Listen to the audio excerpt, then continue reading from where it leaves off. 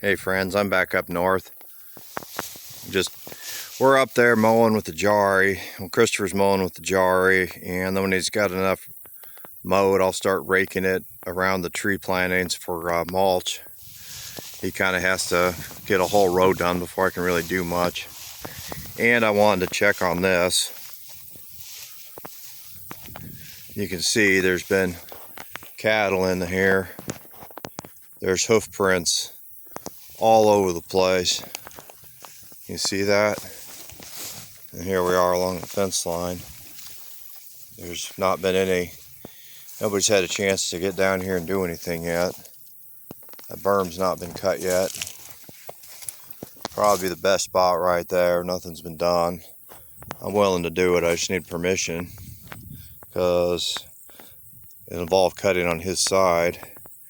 But you can see looking through here, I think you can see even through the camera, all the hoof prints. Those are new, just the last couple days. Here's interesting. I've been on my side, close to the edge, but on my side. But that's funny, I haven't had cattle back here, and that's a relatively fresh cow pie, I think. Well, maybe not.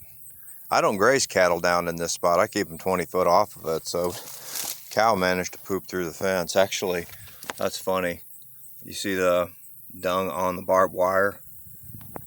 There's a cow. There it is again, up there. So it must have stood right up against the fence, done its business, and plopped on the ground.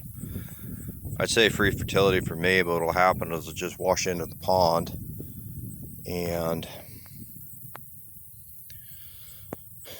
fertilize my pond, which I don't need. The ponds always have more fertilization than they need already.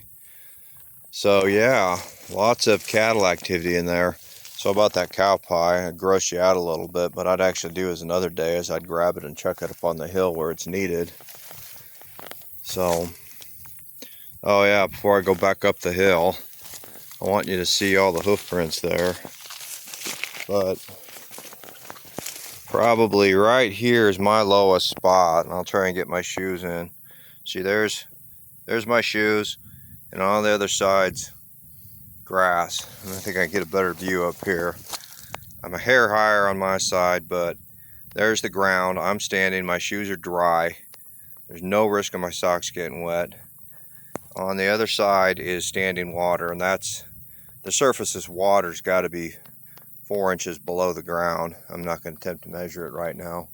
Maybe as much as 6 inches from the ground to the water. And then the ground, the actual earth below the water is even lower. So, yeah, the cattle have always liked this spot. You often see them up here. And you can see why. They can walk in here and catch some breeze and stand in the water and cool down a little bit. But then we get that, and it's okay, but it's not exactly my fault. So they've been all through this. And they kick it up, they compress, they create loose soil, and you know what loose soil does, it washes. So then when we do get heavy snow melt or rain, all that loose soil washes out of there and collects in my pond, and my pond silts in. Though I imagine this grassy area catches quite a bit of it. But I've had some pretty deep trenches washed through here before too on my side. Again, I'm on my side right now. Alright, we're going to climb the hill. I'll just show you the whole walk back up to the trees. Bear with me while I squeeze through here. Oh yeah, I got my rake. There's a rake down there somewhere. See it? There we go. Alright, now I'm one-handed, and you know what an ungifted cameraman I am in the first place. So you can see through here, we've not had cattle up here, and yet we're grazed 2 foot onto our place. Look at the cattle do. I mean, this stuff happens on my place too. Ours actually don't really graze through the fence, but you know, if you let them, they will trail like that, and then you get erosion. So, little volunteer cedar.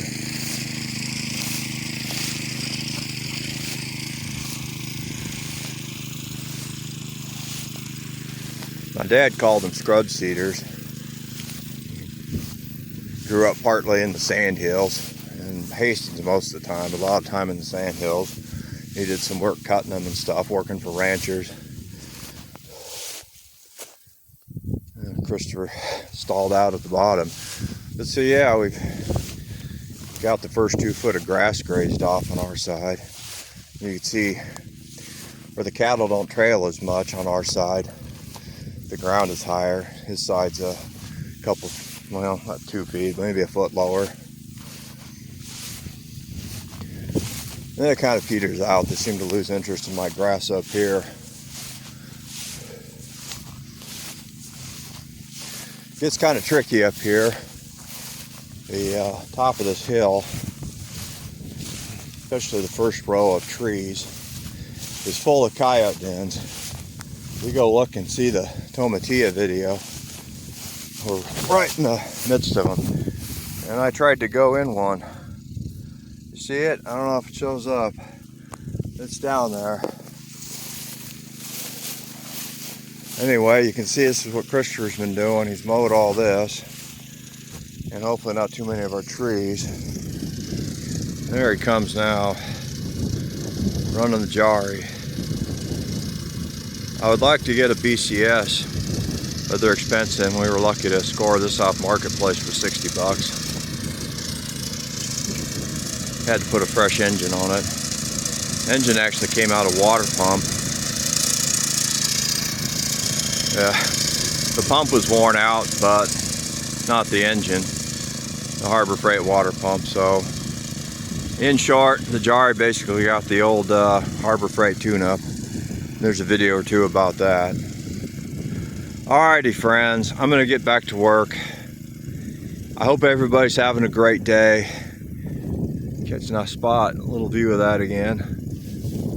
That's what, we'll do a 360, looking north on the neighbors. It's a beautiful farm. Not unlike ours. So, there's the pond.